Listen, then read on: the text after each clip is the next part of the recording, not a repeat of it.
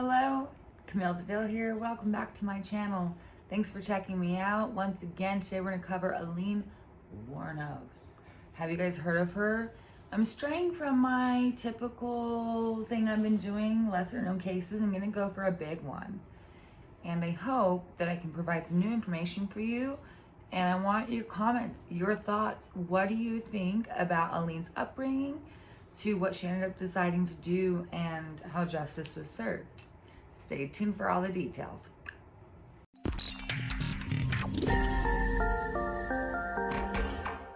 So you guys know I did get most of my information from the last podcast to the left, and their two-part series. Which will cover more of her. So if you do like this video, I highly recommend you check it out. And not only that, have you seen the movie Monster? Charlize Theron. Also, I have a really weird impression.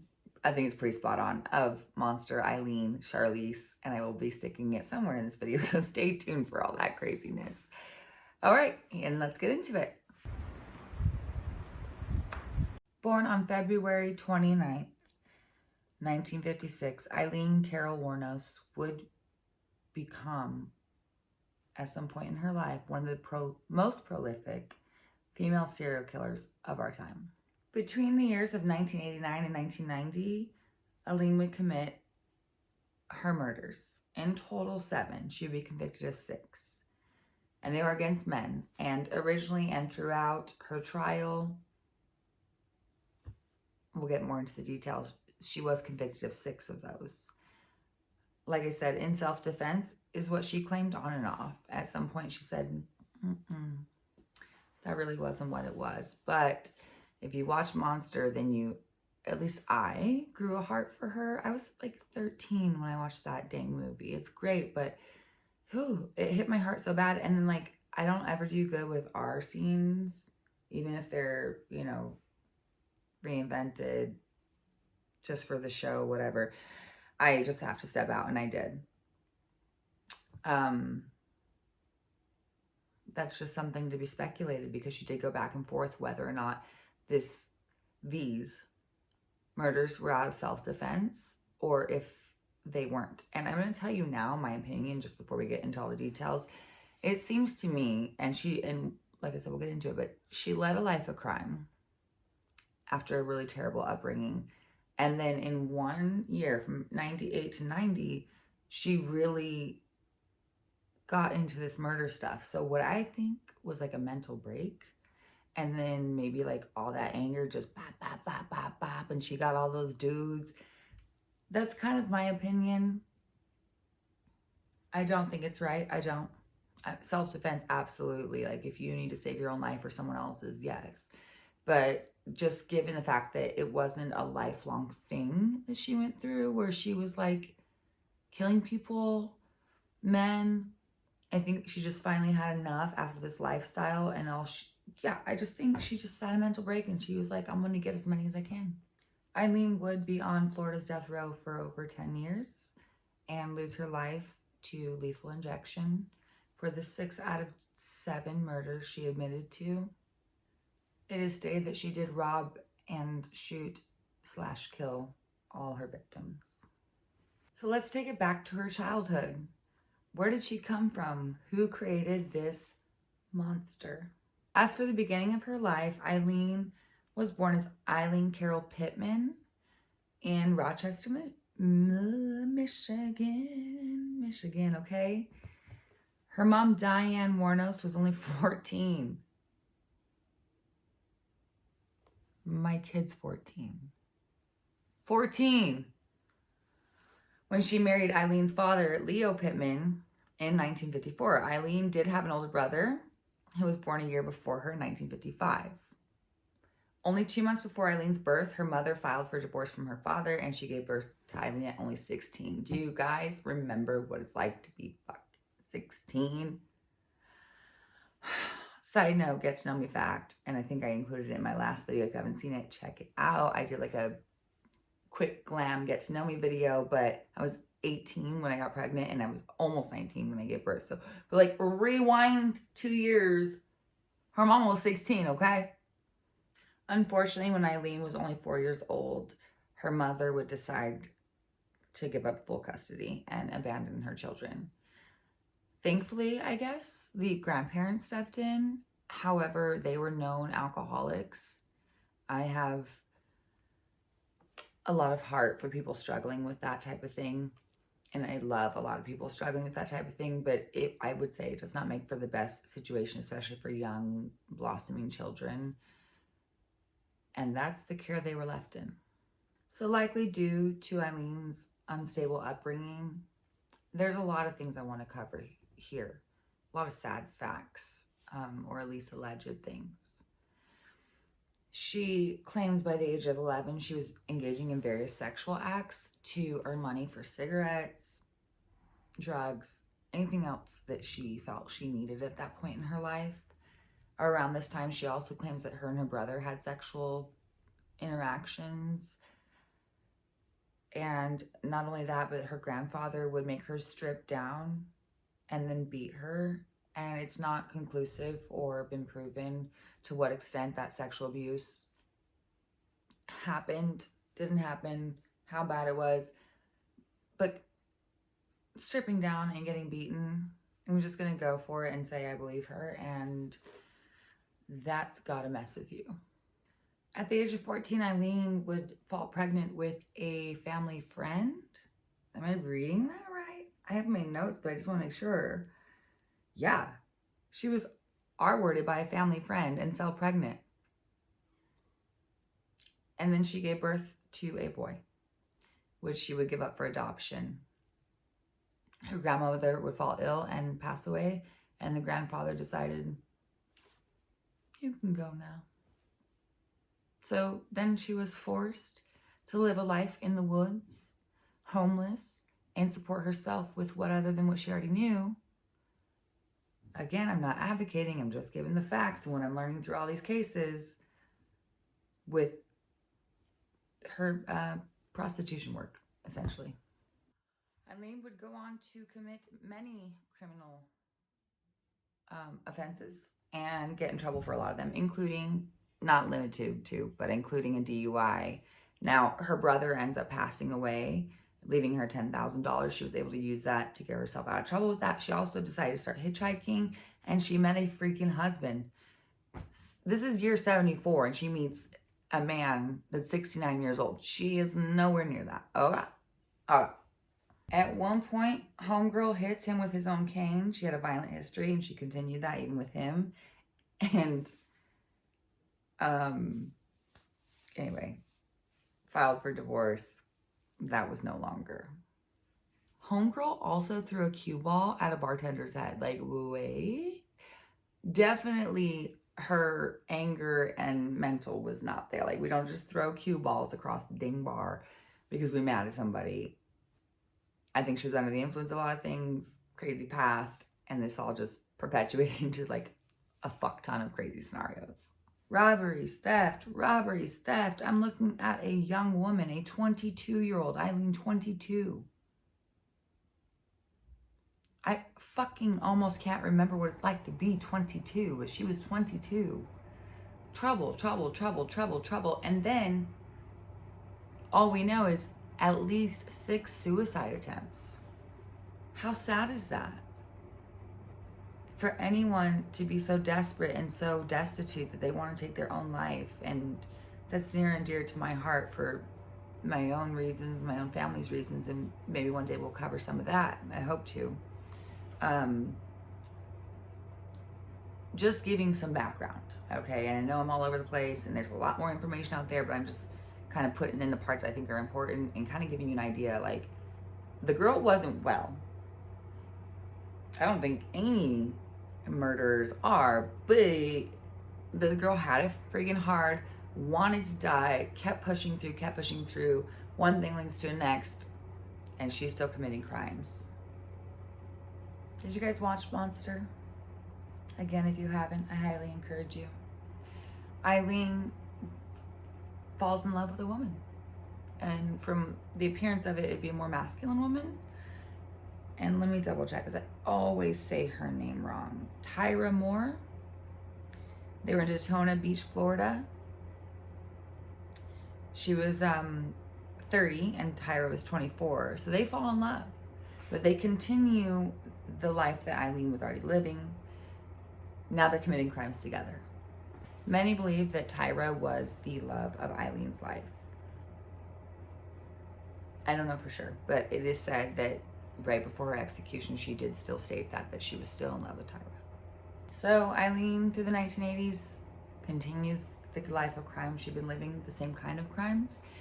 And then we get to 1998 to 1990, a 12-month span, and she admittedly robs and murders 7 men, which were all her clients between the ages of 40 and 65.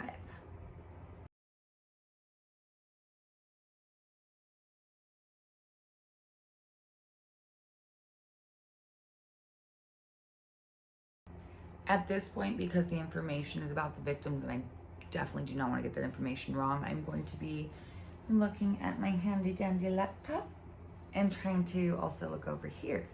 So her first victim, Richard Charles Mallory, was a 51-year-old store owner in Clearwater, Florida. Wuornos did claim that he had beaten and sexually assaulted her after driving to a deserted area to receive the axe that he was paying her for.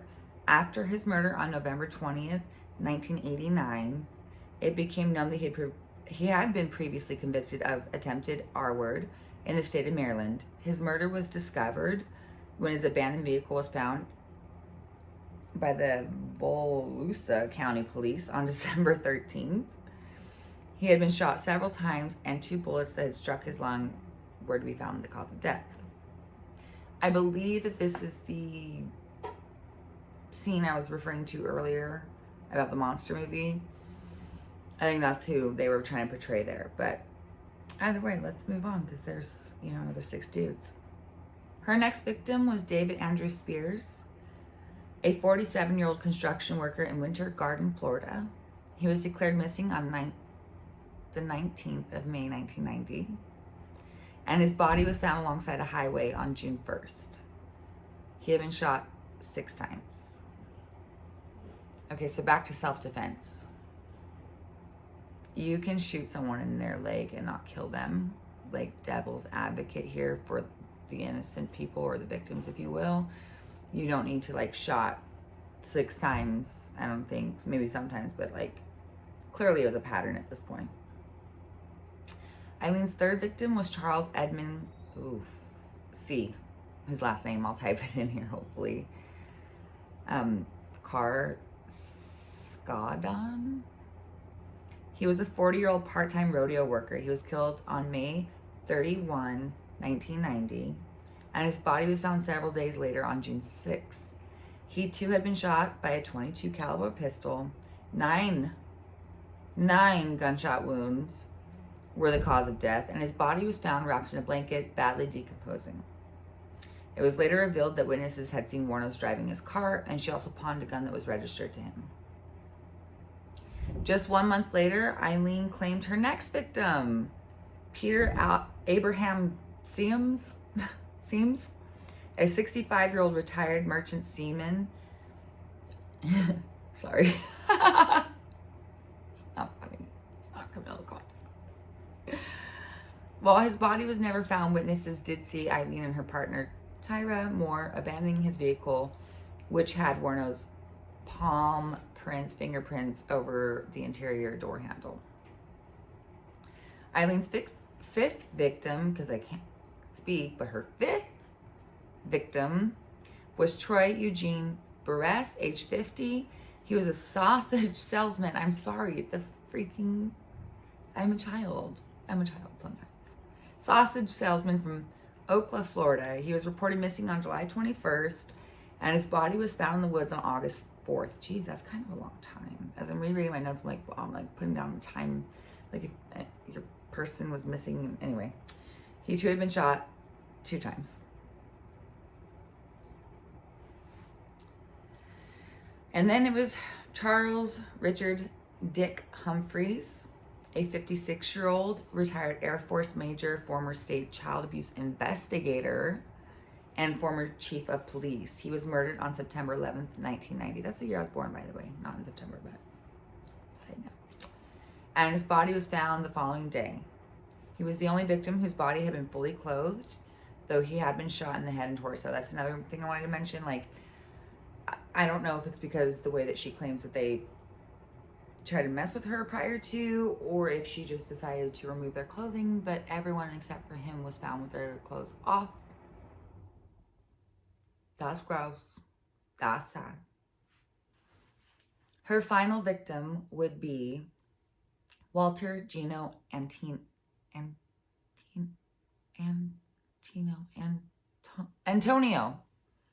He was a 62-year-old trucker, security guard, and reserve police officer. On November 19th, 1990, his mostly enclosed body was found on a remote road. He had been shot 4 times, and his vehicle was found nearby 5 days later. So leading to her arrest, it would be witnesses seeing her driving in these missing men, these dead men's cars, as well as pawning their stuff, those receipts, all that stuff led to her arrest. And I mean, the police weren't not privy to her. She had fingerprints and a long criminal history. So that's pretty much what led to her being caught. On January 9th, 1991, police would arrest her at a biker bar called Last Resort in, what is that? Again, the my dad lives in Visalia, but like Valsulia County, it's something different. And arrest her on warrants. She was going under a fake name, but they arrested her on warrants, but did suspect her of these murders. A short 7 days after being arrested, Aileen would confess to the murders. They made a deal with her girl and was like, hey, you know, if you tell us this and you get her to confess, then we're gonna like let you go, kind of thing. And as most people do, she did. So about a year later, Aileen goes to court for Richard's death, and she pleads insanity and multiple personality disorder, which is very possible.